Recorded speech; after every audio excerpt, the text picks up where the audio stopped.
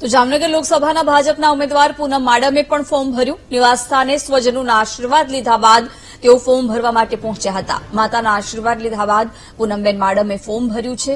વિજય મુહૂર્તમાં તેમણે ઉમેદવારી પત્ર ભર્યું છે।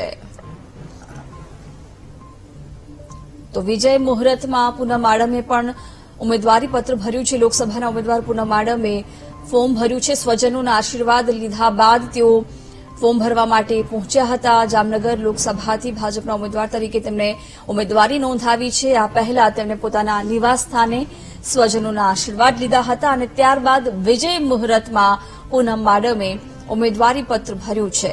સ્વજનોના આશીર્વાદ લીધા બાદ તેઓ ઉમેદવારી ફોર્મ ભરવા માટે પહોંચ્યા હતા।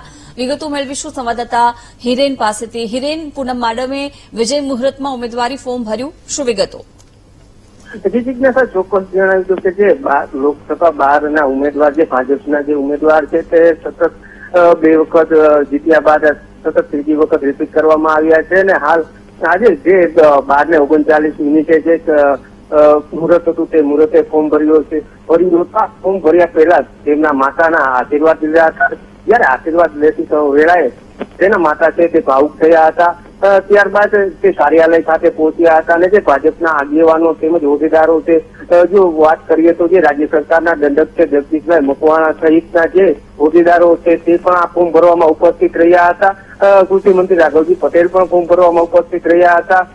તે સહિત હોદ્દેદારો છે તે ઉપસ્થિત રહ્યા હતા અને હાલ પૂનમબેન માડમ દ્વારા જે કલેક્ટર કચેરી ખાતે જે ફોર્મ ભરવામાં આવ્યું છે। જી બિલકુલ હિરેન, આભાર જાણકારી આપવા બદલ।